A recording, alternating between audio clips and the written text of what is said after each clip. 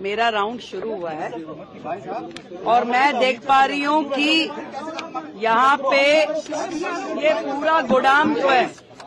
पूरा गोदाम जो है बुरी तरीके से भरा पड़ा है, जिसमें कि इनकी लिस्ट के हिसाब से 458 ऑक्सीजन कॉन्सेंट्रेटर्स यहाँ पड़े हुए हैं, वेंटिलेटर पड़े हैं 146, 36,000 पीपी किट यहाँ पर पड़ी हुई है और भी बहुत सारे मल्टी पैरा मॉनिटर्स पड़े हैं। इसके अलावा बाईपैप मशीन्स पड़ी हैं, बहुत सारी चीजें, मास्क पड़े हुए हैं, मैट्रेसेस हैं, बेडिंग्स हैं, ये सारी की सारी कोविड के समय से लेके अब तक पड़ी हुई है चीजें। और ये एक अस्पताल का मैटर नहीं है, ये हर अस्पताल के गोदाम ऐसे ही भरे पड़े हैं। जो कल मैंने हाउस में बोला था, करोड़ों रुपए का मटेरियल यहाँ पे मिट्टी हो रहा है।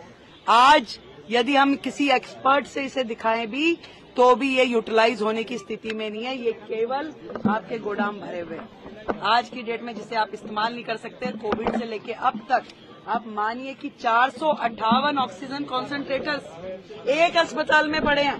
बाकी के अस्पतालों की क्या स्थिति है? और जो 7 बिल्डिंग जो उस समय कोविड के समय में बननी थी, जो आनन फानन में इन्होंने संजय गांधी में उन्होंने पार्किंग में ही बना दी बिल्डिंग।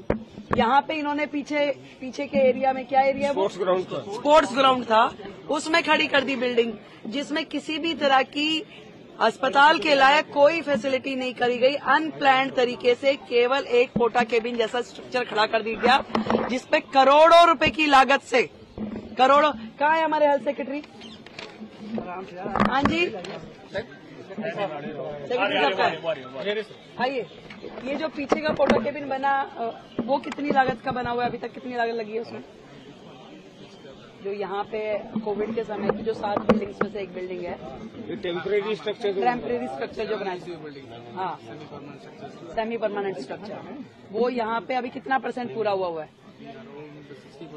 60% पूरा हुआ है। कितनी लागत से बना था ये?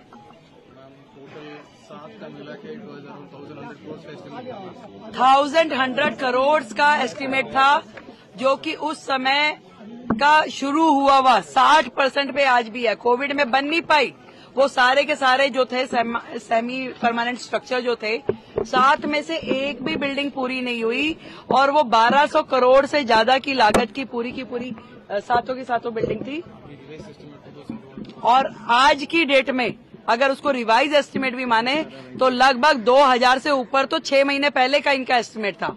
आज की डेट में अगर मैं समझूं, अगर हम उसके ऊपर 2,500 करोड़ भी खर्च कर दें तो वो बिल्डिंग हमारे लिए अनयूटिलाइज्ड है, क्योंकि उसमें अस्पताल में होने वाला जो इंफ्रास्ट्रक्चर है उसके पैरामीटर फॉलो ही नहीं किए गए। मैम, केवल इस हॉस्पिटल की बात है जिसमें आपने बताया कि 2,500 करोड़ लगेंगे, या वो सभी?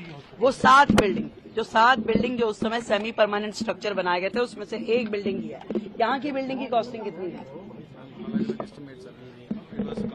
कॉमन एस्टिमेट था। भी बहुत गड़बड़ियां हुई हैं, इस तरह के आरोप सामने आ रहे हैं कि जो कॉन्ट्रैक्चुअल स्टाफ की हायरिंग हुई है उसमें बहुत। अभी मैं यहाँ इस बिल्डिंग में आई हूँ तो लगातार वो जो कर्मचारी थे वो चिल्ला रहे थे कि हमारी 6 महीने से तनख्वाह नहीं मिली। इस तरह का माहौल है। और मैंने तो पहले ही कहा कि दिल्ली सरकार के अस्पताल और दिल्ली सरकार का स्वास्थ्य विभाग खुद बीमार है। अभी इस तरह के न जाने कितने ही मुद्दे अभी खोज के हमें निकालने होंगे। जो लोग चिल्ला रहे हैं कि 2,500 दीजिए, पहले वो ये देखें कि दिल्ली सरकार वो किस हालत में छोड़ के गए, कितना करोड़ों रुपए का उन्होंने नुकसान दिल्ली की जनता का किया। आज इतना हजार सामान अस्पतालों में सड़ रहा है। ये एक अस्पताल की बात नहीं है, ये सारे अस्पतालों में इससे बड़ी बड़ी सूचियां पड़ी। आपने खुद पूरे के पूरे उसकी गोदाम की हालत देखी, आप बिल्डिंग की हालत देखिए। कर्मचारियों को तनख्वाह नहीं है, अंदर इंफ्रास्ट्रक्चर नहीं है, चीजें नहीं है। इस बीमार हालत का जिम्मेदार कौन है भाई?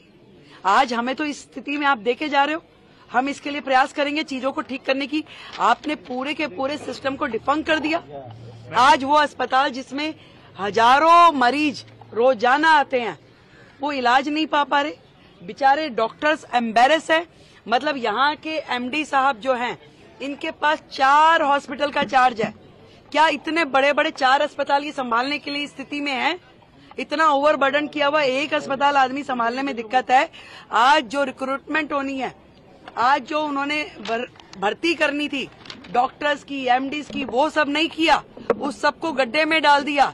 आज 4-4 बड़े अस्पतालों का एक एमडी काम कर रहा है। क्या उम्मीद कर सकते हैं हम उनसे कि वो क्या अस्पताल को देखेंगे, क्या व्यवस्थाएं दे रहे हैं?